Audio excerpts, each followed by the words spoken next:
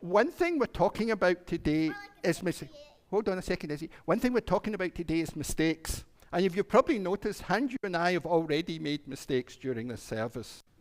I think Hanju's were deliberate. I don't know about mine.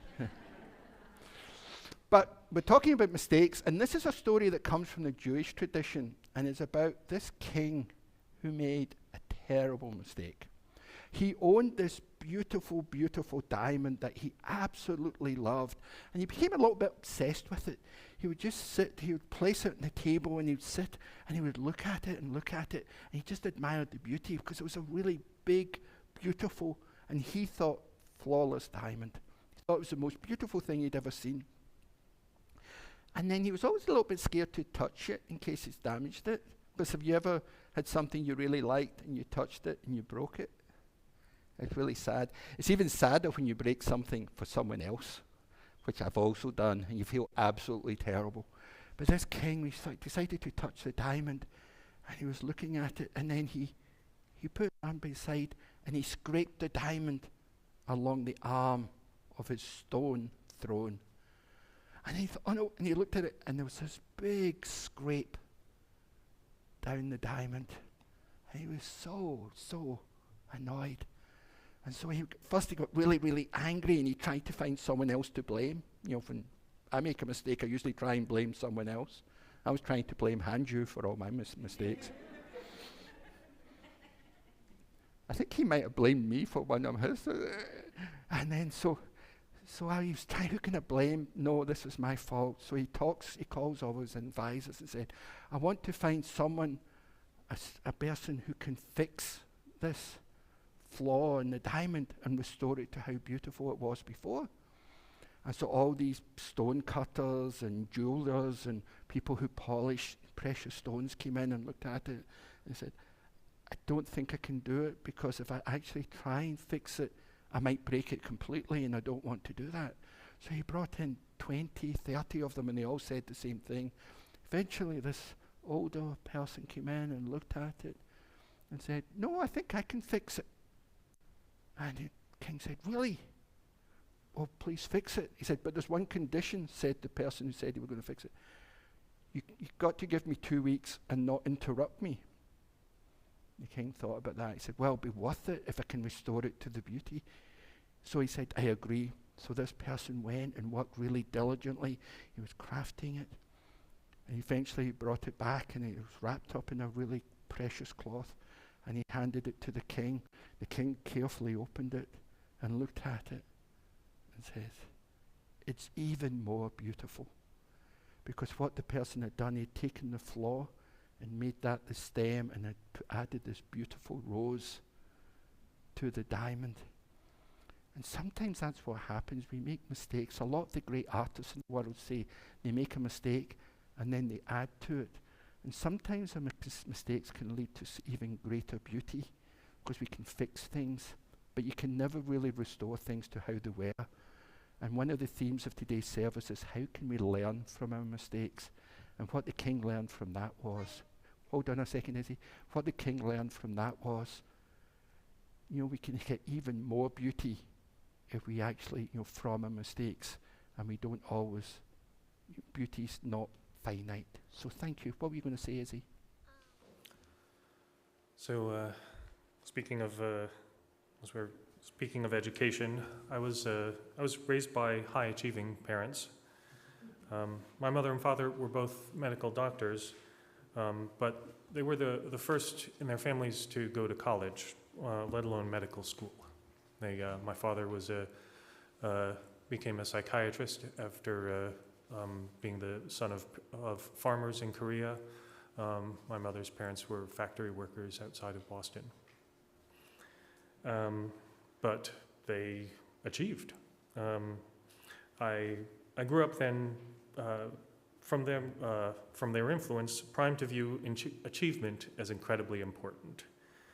My wife knows how deeply this goes. That the best way to get me to do something is to say, "I bet you can't do that." And yeah, achievement is a good thing. However, it's a pretty short step from there to thinking that mistakes are shameful. That if achieving is something good to try for, then surely failing is something to be ashamed of. I will spontaneously cringe at different times, like through my life, or hit my head. I'll just be thinking, because even just thinking about how I'm going to make mistakes here in this speech before, as I practiced it, and failed even at practicing my mistake in the beginning. And it's a tricky thing. So I don't think that achievement, especially in education, is a bad thing. Being challenged is important, right? We want to keep trying. I think people should be able to reach their potential. I mean, that's the whole idea of upward scholars. But particularly in education, we like to frame mistakes as learning experiences, as in, well, now I know not to do that again. But sometimes we will make the same mistakes over and over again. Sometimes I will make the same mistakes over and over again. And we look for heartwarming stories of people who achieve greatness despite setbacks. But I think greatness is not necessarily all that great. There's nothing wrong with it, but I like to celebrate also, to recognize the people who never become great, but still keep trying. That I had great opportunities because my parents achieved. They gave me that privilege of having this. But for others, they don't have the safety net that I did. And that's scary, and they're not always going to have achieved greatness. So I want to encourage students to strive for learning and improvement, to always look forward to a challenge, but achievement in the system, like being the great recognized, even being an associate teacher is absolutely great, and I celebrate that, but it's not the only thing to be celebrated. It's important to learn from one's mistakes, but even worse than not learning from one's mistakes is to be discouraged from trying. So, I did well in school thanks to these my parents. I got a PhD in postdoctoral research, but at some point I realized that the achievement of becoming a research professor wasn't what I wanted. I knew what I didn't want. I still had trouble with what I did want. I've gone back and forth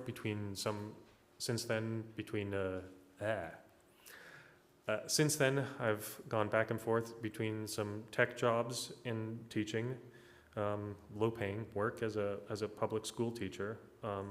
Right now it's 12 years since I got my credential. I'm trying to get back into teaching, but it's difficult since there's such a long gap in my resume for teaching. And so I'm signing up as a substitute teacher now, which is very much on the bottom of the totem pole. They get no respect from any side. It kind of feels like the opposite achievement, since I will be at the bottom there. I don't think that's a mistake, though. I have definitely made mistakes in there, but I also don't think that's important. Like, I want to keep trying. There's a lyric that my stepson suggested. Through every shipwreck comes the chance to begin again, to build anew atop mistakes of the past.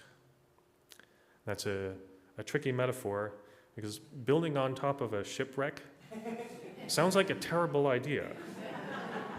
It's not a solid foundation. But I like to think that it doesn't matter. Whatever wreck comes, the important thing is rebuilding over and over again. You can have that bad idea and keep trying. That's from the Australian Electro House duo Knife Party, by the way. I feel we often overlook Electro House as a source for our inspirational quotes. So, thank you. Thank you, Hanju. Thank you, Don. I'd like to begin with a reading by Adrienne Maree Brown on her principle, never a failure, always a lesson. People are like, but sometimes I do fail. And I'm like, no, we are failing all the time. But the framework that we have on it determines whether whether it's a waste of our lives or a component that helps us learn. And I, in my own life, have a moment where I lose my temper or I knock something over, the things that can feel like minor failures in my life. And even at the small scale, I've been teaching myself to slow down in that moment and be like, what am I learning right now? What is the lesson of this for me? Why am I moving so urgently?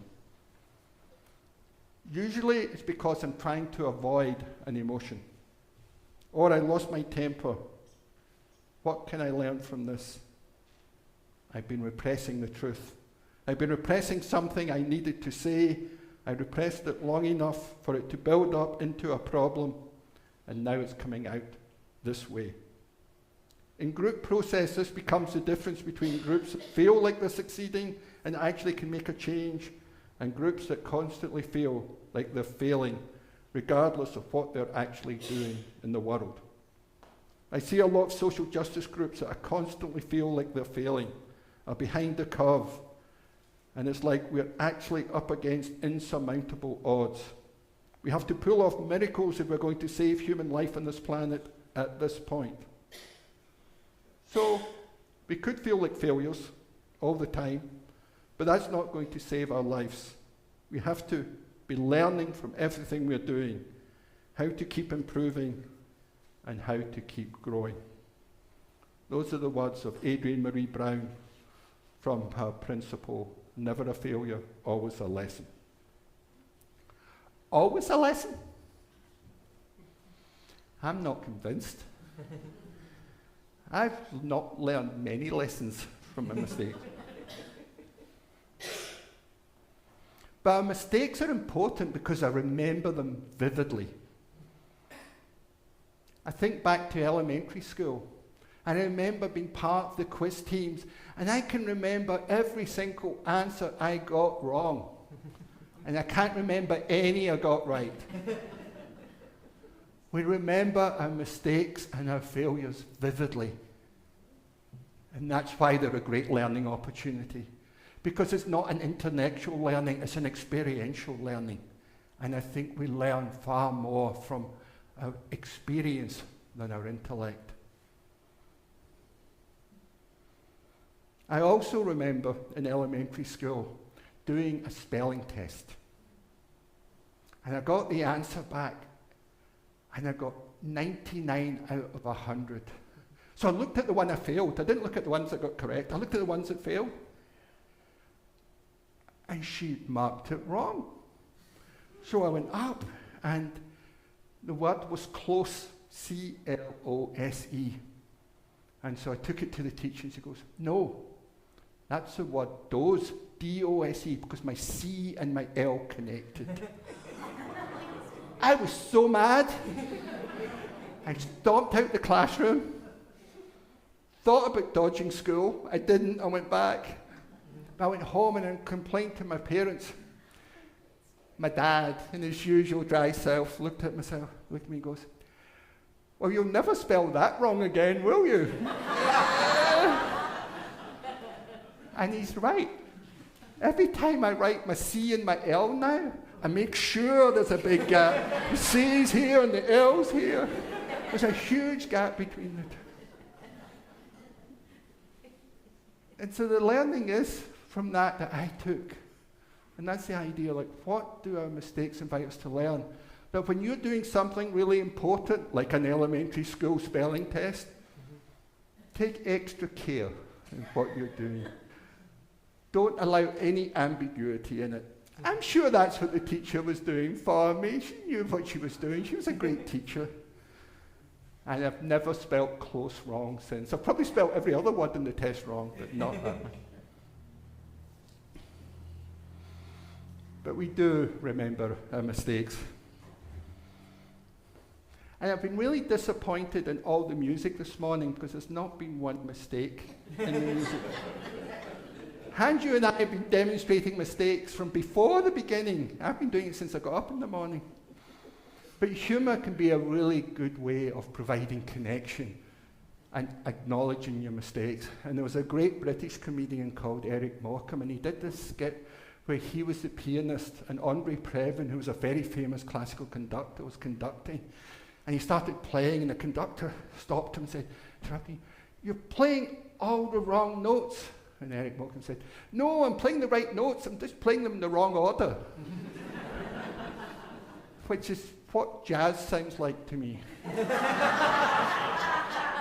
So since I've alienated all the cat people, I thought I'd alienate all the jazz lovers now. And by the end of this church year, I'll have the whole congregation alienated from me. So. I'm glad Larry's not here. He might be online though. Our other musical accompanist is a jazz musician and very good. He even gets some of the notes in the right order.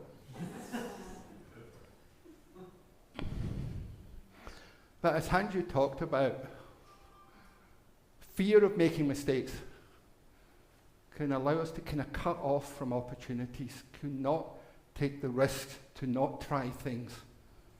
Because can be a guilt or a shame. I mentioned last week during the water communion that one of the things I want to do this year is sing. I have this fear of not looking competent, not looking good, not being able to do it.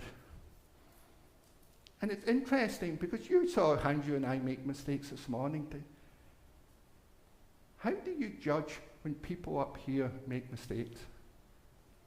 And how do you judge yourself when you make a mistake? Why the difference? Why do we hold ourselves to such a higher standard?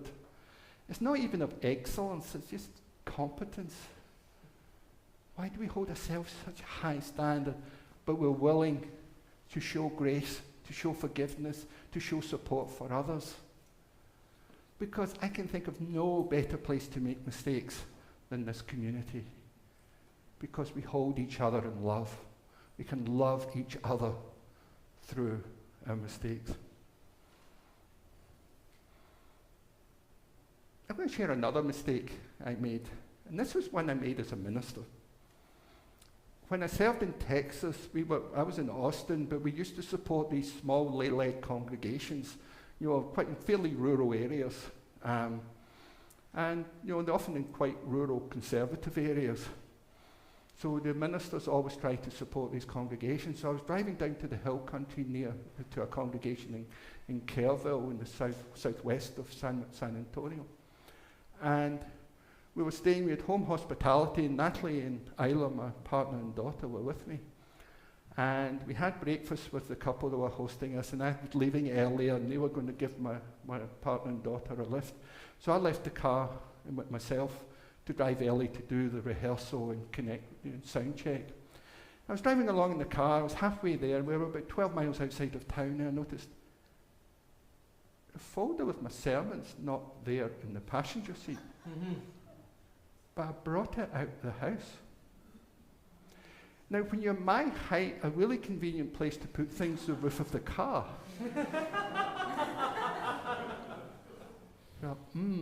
So I turned around, was driving back, and I was coming across this bridge over a river, and there was all these white papers blowing around. So I jumped out, and I was grabbing them, and this car pulled up, and there was another man in a suit in the middle of the Texas hill country in this rural area. And he started picking them up. I said, "Oh, thank you so much, I really appreciate that." I said, "Oh, I'm a minister, and that was my sermon." And so I'd left in the roof of the car. Honest to God, what he said to me was, "I'm a minister too. I did that last week." Two of us, and I imagine in this rural area, he was probably a fairly conservative Christian. Here's this progressive Unitarian Universalist, and we were connecting over our mistakes in the middle of the Texas hill country, and we both laughed our heads off at this. And I realized, what I learned from that is a great way of connecting. We both just laughed and smiled at each other. And he said, so what are you going to do next week? I said, if I see someone chasing papers around the road, I'm going to stop and help. But I think humour and our mistakes can help us connect, because they connect us with our humility and connect us with the unexpectedness of life. And so I found that a really rich moment, and the fact there was another minister who'd done the same thing was just priceless.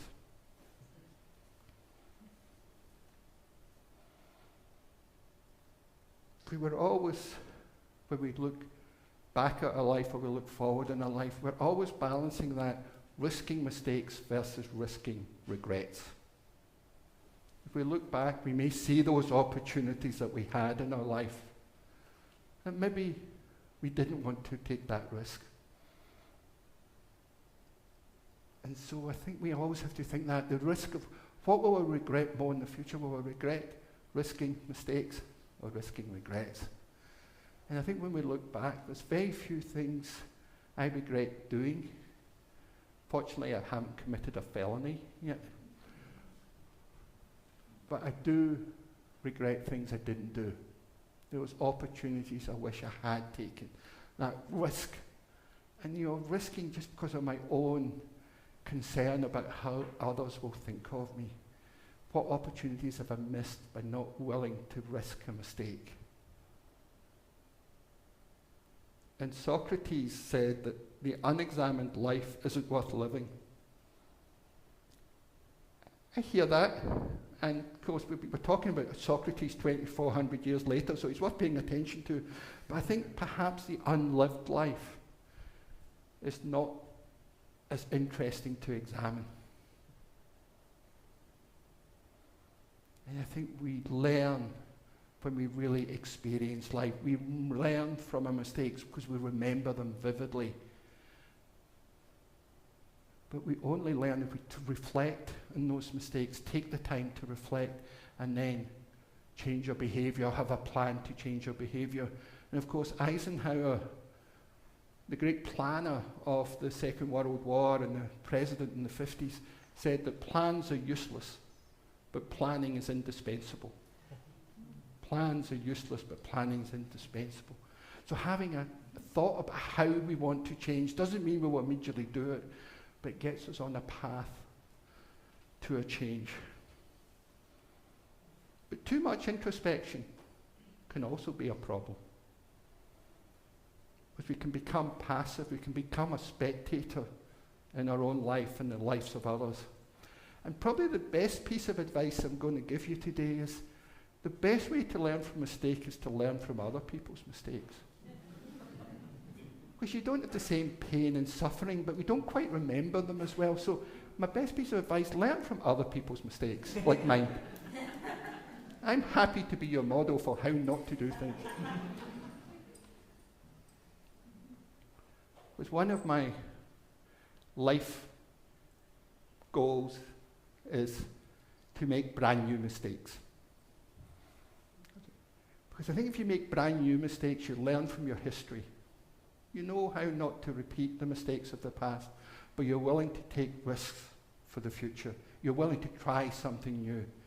You're willing to, this is to you musicians in choir, play wrong notes. Pretend you're a jazz musician. But you see, you've got to realise it's harder to do in the piano. I'm a guitar player, so it's really easy to play bad notes in the guitar. It's a little bit harder in the piano. But really, what are those things you want to do that you're worried about shame or guilt or not being competent at? And I remember with the poster where I used to work when I was working in Silicon Valley, someone did all these spoofs of these inspirational posters. It'll be like, patience or courage. He did one of this skier falling down the hillside, and it said, if you can't do something well, learn to enjoy doing it badly. So I invite you all to learn to do things badly. And you can join us up here in the chancel.